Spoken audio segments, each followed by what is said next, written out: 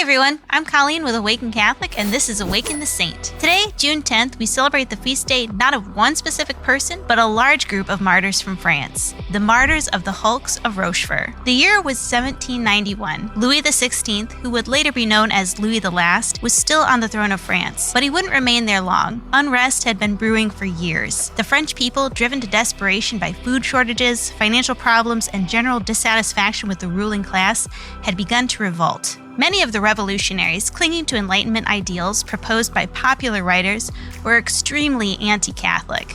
They tried to weaken and control the clergy. The civil constitution of the clergy, passed just a year earlier, had already tried to force French clergy into complete obedience to the government. Of course, many priests and bishops, not to mention the Pope, voiced disagreement, but the revolutionaries escalated the conflict. A new decree was proposed that called for the arrest of all priests who refused to accept the terms of the civil constitution. King Louis vetoed this decree, but this was one of his last attempts to oppose the revolutionaries before he was eventually put to the guillotine in 1793, bringing a violent and decisive end to the monarchy. France was now largely controlled by the Committee of Public Safety, whose members included many radicals. They sought to squash any and all threats to their authority, and the French clergy, still loyal to the Pope, were high on that list. The committee decreed that all priests who were not in support of the revolution were to be arrested and deported. In 1794, thousands of clergy were arrested on these grounds. A number of large ships, or hulks, were designated for their transport. The health and comfort of the priests was not a priority, as several of these hulks were once used to transport slaves. Hundreds of priests were packed into vessels designed to carry fewer than 50 men,